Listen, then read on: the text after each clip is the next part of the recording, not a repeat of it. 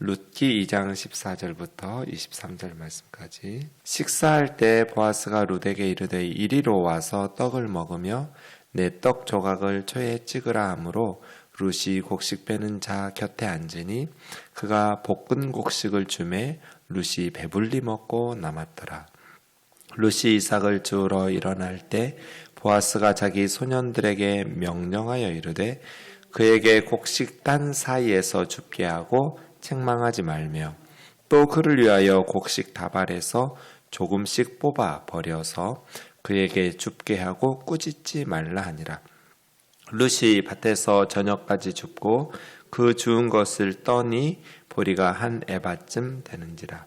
그것을 가지고 성읍에 들어가서 시어머니에게 그 주운 것을 보이고 그가 배불리 먹고 남긴 것을 내어 시어머니에게 드리매 시어머니가 그에게 이르되 오늘 어디서 주었느냐 어디서 일을 하였느냐 너를 돌본 자에게 복이 있기를 원하노라 하니 룻이 누구에게서 일했는지를 시어머니에게 알게 하여 이르되 오늘 일하게 한 사람의 이름은 보아스니이다 하는지라.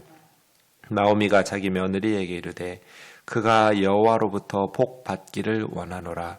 그가 살아있는 자와 죽은 자에게 은혜 베풀기를 그치지 아니하도다 하고 나오미가 또 그에게 이르되 그 사람은 우리와 가까우니 우리 기업을 물을 자 중에 하나이니라 하니라. 모압 여인 룻이 이르되 그가 내게 또 이르기를 내 주수를 다 마치기까지 너는 내 소년들에게 가까이 있으라 하더이다 하니 나오미가 며느리 룻에게 이르되 내 딸아 너는 그의 소녀들과 함께 나가고 다른 밭에서 사람을 만나지 아니하는 것이 좋으니라 하는지라. 이에 룻이 보아스의 소녀들에게 가까이 있어서 보리추수와 밀추수를 마치기까지 이삭을 주우며 그 시어머니와 함께 거주하니라.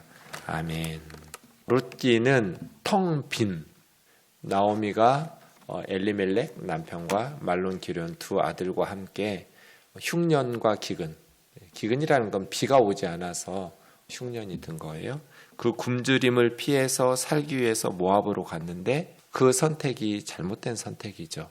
하나님의 나라, 하나님의 약속, 하나님의 백성을 버리고 이방 땅으로 간 것이니까요. 그런데 그곳에서 텅 비었어요. 3번의 장례식을 치렀고 이제 룻과 함께 다시 고향 베들레헴으로 돌아왔는데 채워짐이죠. 이 텅 빔에서 채워짐을 위해서 이것이 단순히 그 가정의 텅 빔에서 채워짐 장례식의 3번으로 시작했는데 오벳 아들을 낳음으로 룻기가 마무리되는데 이것이 단순히 한 가정의 이야기가 아니라 그 민족으로 보면 사사시대는 영적인 텅 빔이거든요. 영적인 암흑기예요. 하나님이 왕인데 사사시대에는 왕이 없는 시대예요. 하나님을 왕으로 인정하지 않은 거예요. 그래서 점점 타락해요. 그러다가 사사기의 마지막 단어는 다윗이에요. 족보 10명, 베레스에서부터 다윗까지 10명의 족보로 끝나는데 마지막 단어가 다윗 하면서 사사기가 끝났다라는 것은 채움이거든요. 이스라엘 역사 중에서 가장 풍성한 영적인 타락과 윤리적인 타락, 텅 빔에서 영적인 채움과 윤리적인 채움, 그런 다윗의 시대로 넘어가는 교량적인 역할을 룻기가 하지요. 그래서 룻기는 텅 빔에서 채움이라는 주제로 넘어가고 있는데 사사기에서 사무엘서로 넘어가고 있는데 그 과정에 하나님의 섭리를 순종하는 자기들은 다윗 넘어 예수 그리스도 메시아까지 이게 이제 하나님의 구속 역사잖아요. 하나님의 구속 역사를 위해서 쓰임 받으리라고는 꿈에도 생각을 안 했겠죠. 룻이 다윗의 증조 할머니가 되리라고 생각하고 베들레헴으로 왔겠냐고요. 꿈도 꾸지 않았겠죠. 하나님의 섭리 가운데에서. 그런데 그 과정에 하나님의 모세를 통해서 주셨던 말씀, 하나님께서 주신 룻은 그 말씀에 대해서 자세히는 몰랐겠죠. 모압 여인이니까. 결혼하면서 시댁을 통해서 그 하나님에 대해서 들었을 것이고 어쨌든 하나님께서 주신 선한 양심, 늙은 시어머니를 혼자 보낼 수 없는 그 효심, 오르바의 선택과 룻의 선택을 비교해 놓고 있고, 그 다음에 하나님의 말씀을 순종하면서 실천하는 보아스의 선택과 기회주의적으로 처음에는 자기에게 이득이 될 것 같으니까 내가 무르겠다고 했다가 룻을 통해서 죽은 엘리멜렉의 가문을 회복시켜줘야 된다 하니까 내 재산에 손실이 있을 것 같으니까 바로 포기하는, 신발 벗어주면서 보아스 네가 기업 무르기를 하라고 이렇게 포기하는 이름 없는 아무개라고 나와요. 보아스와 아무개의 선택, 이렇게 두 사람들의 선택이 두 번 반복해서 나오죠. 그래서 오르바와 룻의 선택, 아무개와 보아스의 선택. 그런데 룻과 보아스를 통해서 텅 빔에서 채워짐, 하나님의 구속 역사를 일구어가는 놀라운 일들을 하죠. 자기들은 그렇게 쓰임받으리라는 생각으로 한 거 아니에요. 다윗을 예상하고 메시아의 조상이 될 거라고, 예수님의 족보 마태복음 1장에 나오리라고 상상도 못했을 거예요. 룻은, 보아스도 그렇고요. 그런데 하나님께서 그렇게 역사하시죠. 이스라엘에 많은 여인들이 있었어요. 많은 제사장들이 있었고요. 예수님의 족보에 안 나와요. 그런데 모압 여자예요. 모세를 통해서 하나님께서 모압과 암몬은 영원히 여호와의 총회에 들어오지 못하리라고, 그런 이방인이에요. 그런데 하나님의 섭리는 그런 모압 여인 룻을 통해서 하나님의 구속 역사를 이루어가는, 그래서 룻기는 단순히 효도하라는 그런 차원의 성경이 아니에요. 엄청난 하나님 나라의 구속 역사를 이루어가는 그런 하나님 나라의 역사이지요. 그런데 놀랍게도 보아스나 룻은 하나님의 구속 역사의 메시아의 족보에 나오리라는 생각이 없었어요. 상상도 못했을 거예요. 그저 보아스는 하나님이 주신 말씀에 순종한 거예요. 룻은 시어머니 혼자 보낼 수 없다고 생각하고 내가 내 부모, 형제, 가족, 내 고향, 내 백성 모압을 떠나서 우리 시어머니의 늙어서 봉양자가 되어야겠다. 남편 죽고 시동생도 죽고 시아버지도 죽고 아무도 없으니까요. 시어머니에게는. 그렇게 착한 마음으로, 효심 가득한 마음으로 베들레헴에 와서 이삭 죽게 한 거예요. 그것을 통해서 하나님께서 일하신다. 지금도 우리가 뭐 대단한 하나님의 역사들을 이루는 거 아니고 그저 내가 처한 상황에서 하나님 말씀을 선택하면서 순종하면서 선택하고 또 하나님께서 주신 선한 마음, 효심, 이러한 하나님이 주신 착한 마음으로 나에게 어찌 보면 좀 어리석은 선택인 것 같지만 사람의 도리, 하나님께서 주신 내 사명이라고 생각하고 순종하고 선택할 때 하나님께서는 우리들을 통해서 하나님의 나라의 역사들을 일구어 가는 것이죠. 그 가운데 보아스가 나옵니다. 룻이 이삭 줍기를 하는데 자기 밭에서 이삭 줍기 한다는 걸 알았어요. 생각이라는 게 참 중요하죠. 생각하기에 따라서는 왜 우리 밭이야? 듣자 하니까 남편이 이 아무개가 룻을 결혼해야 한다고 할 때 마음에 꺼려짐이 있었을 거예요. 왜냐하면 두 번이나 그랬잖아요. 말론도 그랬고 기련도 그랬고 모압 여자들과 결혼해서 일찍 죽었잖아요. 어찌 보면 하나님께서 이방 여인들과 결혼하지 말라고 했는데 그런 어떤 이스라엘 사람들은 선민의식도 있고 해서 회당에 가면 그런 말씀들 들을 테니까 하나님께서 룻기에서는 그런 말씀 안 했지만 모압 여자들하고 결혼했기 때문에 젊은 날 일찍 두 남편이 하나도 아니고 둘씩이나 그런 거 보면 이건 어찌 보면 좀 썩 유쾌한 여자는 아니잖아요. 일어난 사건들이. 그래서 이 아무개는 그것에 대한 염려, 그것에 대한 부담이 있었을 거예요. 나 룻하고 결혼해야 된다면 나는 기업 무르기를 안 할 거라고. 처음에 내가 하겠다고 했다가 나 안 한다고 손바닥 뒤집듯이 바로 변경시킨 것은 여러 가지 경제적인 손실도 있지만 모압 여인 룻이라는 계속 모압 여인 룻 이게 반복되거든요. 이러한 것들에 대한 부담이 있었을 거예요. 근데 보아스는 그런 마음을 가지지 않은 거잖아요. 참 착했다. 시어머니를 봉양하겠다고 자기 가족을 떠나서 자기 민족, 자기 백성을 버리고 이 하나님의 날개 그늘 아래로 피하러 온 룻을 불쌍히 여기는 마음이 있었어요. 그래서 우리가 다른 사람들을 바라볼 때 긍휼히 여기는 마음들 가지는 것, 보아스의 마음이에요. 그리고 아주 지혜롭게 보아스는 룻을 돕기 시작해요. 14절 보세요.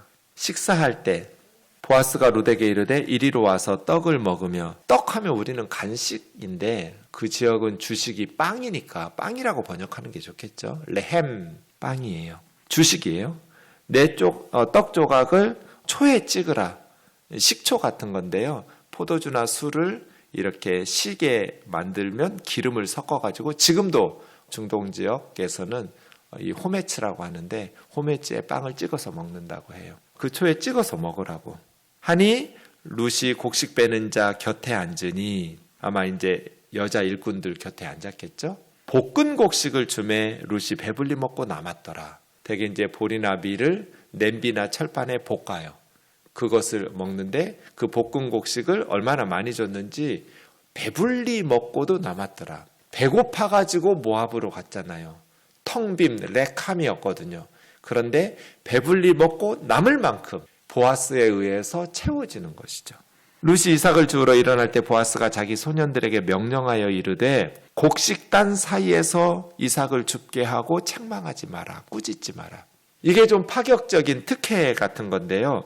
원래는 추수를 할 때 곡식단을 다 모아서 다 걷어들인 후에 빈 들에서 이삭 줍기를 해야 돼요. 지금 곡식단을 앞에서 남자들이, 소년들이 낫으로 베고 뒤따르면서 소녀들이 다발다발 묶어요. 그럼 곡식단이 되죠. 그러면 이제 한쪽에 모아서 그걸 이제 딱딱하고 평평한 어떤 땅이나 아니면 어떤 그 깔개를 펴고 그 위에서 도리깨로 치거나 막대기로 치거나 아니면 짐승들이 치거나 해가지고 떨어요. 그리고 나서 이제 저녁에 지중해 쪽으로 서풍이 이렇게 불거든요. 바람이 서늘해지면 까불러요. 그러면 이제 쭉정이는 날아가고 알곡은 떨어져서 곡식을 추수하게 되는 이런 과정들을 겪는데, 이삭 줍기는 다 곡식단을 걷어들인 후 빈들에서 이삭을 줍는 거예요. 혹은 곡식단에서 이렇게 다 추수가 끝난 후에 그 다음에 그 뒤를 따르면서 이렇게 곡식을 이삭 줍기 한다는 거는 좀 훔쳐갈 수도 있는 시비거리가 되잖아요. 빈들에서 이삭 줍기 하는 건 아무 문제가 없어요. 근데 지금 앞에서 일하고 있는데 뒤따라오면서 이삭 줍기 하겠다고 하는 거는 혹시라도 곡식단에서 빼가지고 자기 이삭 줍기를 늘릴 수 있다는 시비의 요소들이 있어서 이렇게 잘 안 한단 말이에요. 근데 보아스가 곡식단 사이에서 이삭 줍기 하라고 하는 거는 곡식을 베는 중에, 지금 모으는 중에 이삭 줍기 하도록 하라는 거예요. 그리고 16절에 보면 곡식 다발에서 조금씩 뽑아서 주라고, 흘려버리라고. 그래서 이삭 줍기를 많이 할 수 있도록, 이삭 줍기 많이 한다고 꾸짖지 말라고. 저는 이런 것들이 너무 따뜻한 것 같아요. 드러내놓고 사람들 다 보이는데 그냥 너한테 특혜 준다는 식으로 이렇게 하면 룻이 얼마나 부담스럽겠어요. 그런데 한꺼번에 많이씩도 아니에요. 조금씩 뽑아주라고. 조금씩. 걷어들일 때 조금만, 티 안 나게, 티나게 하지 말고 자연스럽게 이삭을 많이 주울 수 있도록. 이런 걸 배려라고 하죠. 배려. 가난한 사람이라고 자존심이 없나요? 그냥 동정받는 건 되게 기분 나쁜 일이에요. 그리고 또 내가 폐를 끼친다고 생각하니까 미안하기도 하고, 다음부터 미안해서, 맨날 저 만나면 밥 사주시면 제가 미안해서 어떻게 같이 밥 먹어요? 가끔 싼 거 먹을 때는 목사도 밥값을 내도록 허용해야죠. 기를 쓰고 어떻게 목사님이 밥값을 내냐고. 그런 사람들하고 밥 먹기 싫어요. 내가 무슨 민폐를 끼치는 사람 같잖아요. 다 알아도 그래도 가끔은 받을 줄도 알아야지 목사한테. 그런 정도, 마음 불편할 수도 있지만 가난하다고 그래서 자존심이 없는 건 아니에요. 룻이 이방 여인이고 비록 가난한 과부이지만 그래서 보아스는 조금씩 사랑한다는 거 어려워요. 왜냐하면 상대방의 자존심이 상하지 않도록 슬기와 지혜가 있어야 되거든요. 그런 면에 있어서 보아스가 조금씩, 이 단어가 저는 너무 귀한 것 같아요. 조금씩 뽑아버리라고. 그래서 많이 걷어갈 수 있도록 도와주라고. 룻이 밭에서 저녁까지 줍고 그 주운 것을 떠니, 말씀드린 것처럼 평평한 바닥에서 아니면 깔개에 깔아놓고 거기다가 막대기 같은 걸로 때려요. 그래서 껍질을 바람에 날려서 이제 저녁쯤 되면 바람이 부니까 그렇게 해서 떠는 거예요. 그래서 그 곡식만 가지고 집으로 가겠죠. 보리가 한 에바쯤, 한 20kg 정도 된 거예요. 꽤 많이 주었죠. 20kg면 쌀 요즘 여러분 20kg쯤 사죠? 그거면 얼마나 먹을까요? 두 사람이? 당시에 보리 한 에바면 일주일은 충분히 먹었을 거라고 봐요. 둘이서. 하루 일했는데 한 에바쯤. 성읍에 들어가서 시어머니에게 주운 것을 보이고 이제 볶은 곡식 배불리 먹고 남았다고 앞에서 14절에서 얘기했잖아요. 그 남은 것을 싸가지고 와서 볶은 곡식을 시어머니 나오미에게 또 주는 거예요. 하루 종일 나오미는 집에서 염려했겠죠? 이방 여자라고 그래서 또 남편 없는 과부라고 그래서 사람들이 짓궂게 혹은 못된 소리로 상처를 주지는 않았을까? 혹은 험한 꼴을 당하지는 않았을까? 저녁까지 안 들어오는 며느리 걱정했을 거란 말이에요. 근데 왔는데 생각보다 엄청 많이 한 에바를 가지고 보리를 들고 오면서 그렇게 볶은 곡식까지 먹다 남은 거. 이제 저 어머니 생각했어요. 어머니 모내기 같은 거 좀 있으면 모내기 하겠네요. 하면 가끔 이제 새참으로 맛있는 간식거리를 주시나 봐요.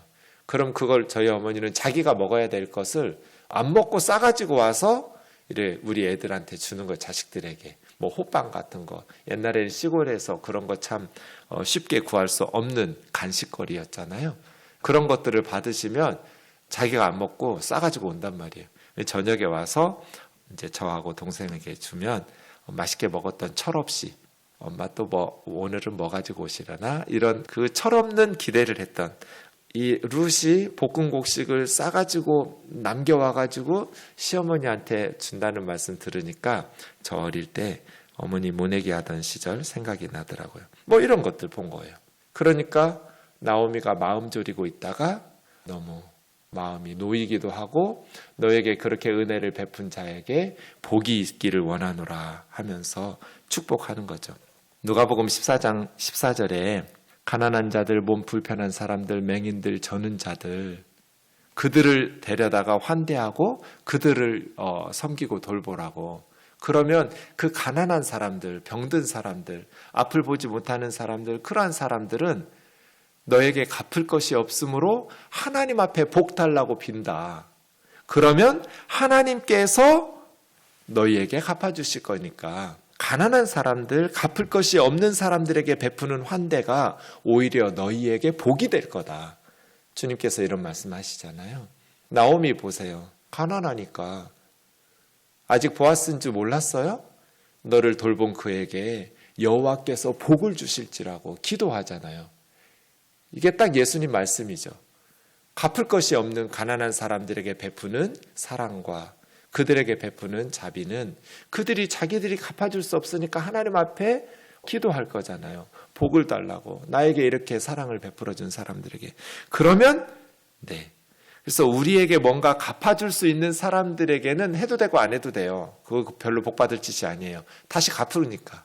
그런데 갚을 것이 없는 사람들, 갚을 것이 없는 가난한 나라에 복음을 전하고 또 사랑을 나누는 것은 그게 진짜 복된 일이에요. 왜냐하면 그들은 되갚아주지를 못하니까 하나님께서 대신 갚아주시도록 축복하며 기도하거든요. 나오미가 복 있기를 원하노라. 여호와께로부터 복 받기를 원하노라. 19절 20절에서 두 번씩 반복해요. 누구냐고 이제 묻는데 보아스라고 룻이 대답하죠. 보아스? 그러면 20절에 살아있는 자와 죽은 자, 살아있는 자는 나오미와 룻이고 죽은 자는 엘리멜렉, 말론, 기련이겠죠? 그러면 가까운 친척, 두 번째로 가까운 친척이고 기업 물을 자이거든요. 이제부터는 무르다, 기업 무르다라는 단어가 많이 나와요. 기업이라는 것은 중소기업, 대기업 그런 기업이 아니고요. 회사할 때 기자가 아니라 땅, 토지할 때 터 기자예요. 토지를 말하는 조상들로부터 물려받은 토지, 그런 기업이고요. 그 기업을 무른다는 것은 원래 주인이 팔았을 때 다시 원주인에게 물려주는 것, 되사는 것, 되사기, 리딤이라고 그래요. 그래서 딤이 산다는 뜻이에요. 리는 다시잖아요. 리딤, 다시 사는 것, 그걸 무르기, 원주인에게 돌려주기. 그냥 돌려주지는 않죠. 돈을 받고 돌려주기니까 이런 걸 기업 무르기, 가알이라고 그래요. 가알, 무르다. 그리고 무르는 사람을 고엘이라고 해요. 가까운 친척이거나 가족이에요. 네 가지를 해요. 기업 무르는 자, 고엘들이. 첫 번째는 이 룻기처럼 대개는 형제들이 하는데 이제 친척까지 확대되는 게 후손을 상속자를 남기지 못하고 죽은 형제. 그럼 이제 대가 끊어져 버리잖아요. 상속자가 없이 죽었으니까. 이 말론, 엘리멜렉, 기럨 이런 상황이죠. 상속자 없이 죽었어요. 그럴 때 그 형수나 제수 씨를 데려다가 아내를 삼아서 죽은 형제의 이름으로 대를 이어주는 것. 그런데 이제 여기는 형제는 없어요. 그래서 나오미가 내가 오늘 결혼해서 임신해가지고 애를 낳는다 치자. 언제 그 애가 자라서 룻과 오르바 너희들의 남편이 될 수 있겠느냐. 모압으로 돌아가라. 이렇게 말한 거죠. 그런데 그 역할을 이제 보아스가 해주는 거예요. 이게 고엘, 기업 무르는 자가 해야 될 첫 번째고요. 두 번째는 그 종이 된 몸이 팔려서 간 친족의 몸값을 대신 주고 사가지고 해방시켜주는 거. 이게 두 번째예요. 노예가 되고 종이 된 친족을 내 돈을 들여서 그 주인에게서 사서 다시 해방시켜주는 것. 세 번째는 똑같은 방식으로 사람뿐 아니라 집이나 토지도 돈을 주고 사가지고 친족의 것을 사서 다시 원주인에게 돌려줄 수 있어요. 이 세 번째. 네 번째 기업 무르는 자가 해야 될 일은 우리 친족이 억울하게 살해를 당하거나 억울한 일을 당하면 그걸 보복해 주는 것. 그래서 그 살인자를 죽여도 이건 죄가 아니에요. 지금처럼 사법제도, 경찰제도, 검찰제도 이런 것들이 갖춰져 있지 않던 시절이니까 내 친족이 억울하게 희생을 당할 때 그 억울한 희생당한 친족의 원수를 갚아주는 것. 이것이 고엘이 하는 이렇게 네 가지를 해요. 그 사람은 우리 기업 물을 자 중에 하나다. 라고 가까운 이 말은 가까운 친척이라는 거잖아요. 추수를 다 마치기까지 내 소년들과 함께 있으라고 했습니다. 며느리가 말하니까 맞아. 그 밭을 떠나지 마라. 지금 사사시대예요.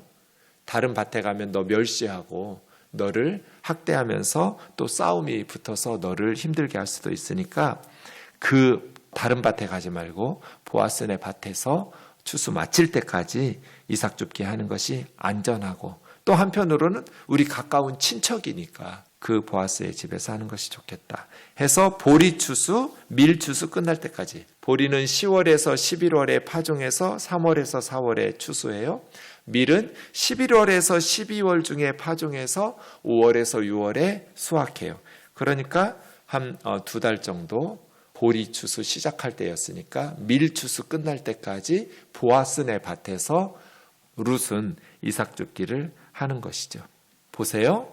보아스는 하나님께서 이삭 줍기 하라는 구절들이 모세오경에 많아요. 밭 모퉁이는 다 베지 마라. 고아와 과부들을 위해서 남겨놓고 추수해라. 이삭 떨어진 것은 그거 다시 줍지 마라. 이삭 줍기 하는 사람들을 위해서 남겨놓아라. 포도원의 포도를 다 따지 마라. 어느 성읍이든지 도시든지 가난한 자들이 있으니 너희 성읍에 가난한 자들을 위해서 남겨놓아라. 주인이 먼저 따고 나면 남겨놓은 포도들을 그거 꼭 10분의 1은 남겨라, 20분의 1은 남겨라 그러지 않았어요. 레위기 19장에 보면 그냥 가정마다 형편이 다르고 믿음의 수준이 다를 테니까 그 가정의 형편에 따라서 반 모퉁이는 놔두고 떨어진 이삭은 다시 줍지 말고 포도원이든 올리브든 다 따지 말고 열매들 남겨놓고 이게 레위기의 거룩이에요. 거룩이라는 것은 뭐 예배당 나와서 맨날 기도하고 요것만이 아니고요. 진짜 거룩은 그렇게 기도했으니까 내가 고생해서 농사지었고 내 땅이지만 밭 모퉁이를 남겨두는 것. 내가 고생해서 지은 포도 농사지만 몇 송이 남겨두는 것. 그래서 가난한 사람들이 굶주리지 않고 생활할 수 있도록 배려하는 것. 보아스는 지금 그 하나님 말씀에 순종한 거예요. 자기가 메시아의 족보에 들으리라고 생각한 거 아니에요. 아, 왜 하필이면 재수없게 이방 여자가 남편도 죽었다면서 그런 재수없는 여자가 우리 밭에 와서 기분 상하고 이러지 않았어요. 왜 우리 집에서 야 이삭 조금씩만 남도록 정확하게 추수해라 이렇게 명령하지 않고 조금씩 뽑아버려라 이렇게 명령했어요. 이 작은 차이예요. 왜? 보아스는 아는 거죠. 하나님께서 복 주신다는 거. 그 가난한 사람들에게 인색하게 해서 모은 것보다 하나님께서 나에게 부어주시는 복이 훨씬 크다는 걸 아는 거예요. 하나님 가만두겠어요? 손해나는 것 같지만 그래서 진짜 대박 나는 거예요. 오르바가 세상적으로는 더 지혜로운 선택했죠. 룻은 손해난 선택한 것 같아요. 근데 대박 났잖아요. 다윗의 증조할머니가 됐어요. 우리도 그렇다는 거예요. 세상적인 기준으로 보면 손해나는 것 같고 어리석은 선택인 것 같지만 하나님의 시각으로 보면 하나님께서 우리 자손들에게 복 주지 않겠냐고요. 그거 하려고 기복주의를 조장하는 거 아니에요. 우리가 하나님 앞에 헌신하고 우리가 가난한 자들, 병든 자들을 돌아보면 그들이 갚을 것이 없는 거로 너에게 복이 될 거라는 예수님의 말씀이 저는 이루어진다고 봐요. 그것 때문에 우리가 선교하고 구제하는 것은 기복주의를 조장하려는 것은 아니지만 그렇지 않을지라도 우리는 하나님의 은혜에 감사해서 이렇게 살겠지만 하나님은 또 하나님 하실 일이 있으시잖아요. 제가 목회하다 보니까 하나님 절대로 그만두지 않으세요. 갚으세요. 채우세요. 그래서 룻과 보아스가 손해나는 것 같고 어리석은 것 같지만 정말 똑똑하고 지혜로운 거예요. 기도하겠습니다. 사랑하는 예수님, 보아스의 이 배려와 지혜로움 우리도 닮아가게 하옵소서. 생각이라는 것이 참 이렇게 생각할 수도 있고 저렇게 생각할 수도 있는 똑같은 상황에 대한 해석들이 다른데 기분 나쁘다고 혹시라도 하나님께서 우리 집에 이 기분 좋은 추수날 부정탈까 염려할 수도 있었는데 보아스는 너무너무 슬기롭게 이러한 영적인 성숙함과 하나님 주신 선한 마음으로 우리와 우리 자녀들이 복을 받는 그러한 삶을 살아가게 하옵소서. 예수님의 이름으로 기도하옵나이다. 아멘.